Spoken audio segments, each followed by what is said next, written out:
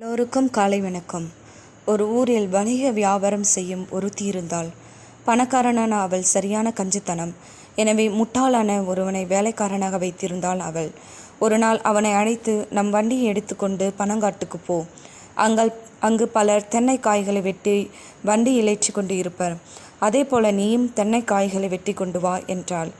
அப்படியே அவனும் வண்டியை ஓட்டி கொண்டு சென்றான். அங்கே சிலர் தென்னை காய்களை வீழ்த்தி கொண்டு இருந்தனர். சிலர் கீழே கிடக்கும் காய்களை முயன்று வண்டியில் தூக்கி போட்டு கொண்டிருந்தனர். இதை பார்த்ததும் வேலைக்காரனால் சிரிப்பை அடக்க முடியவில்லை. என்ன, இவர்கள் எல்லாரும் முட்டாள்களாக இருக்கின்றார்கள் என்று. காய்களை வெட்டும்போதே அதற்கு கீழாக வண்டியை வைத்தால் மரம் அதில் சரியாக விழும். வீணாக ஒரு முறை பூமியில் கிடக்கும் காய்களை வண்டியில் ஏற்ற வேண்டாமே என்று நினைத்தான்.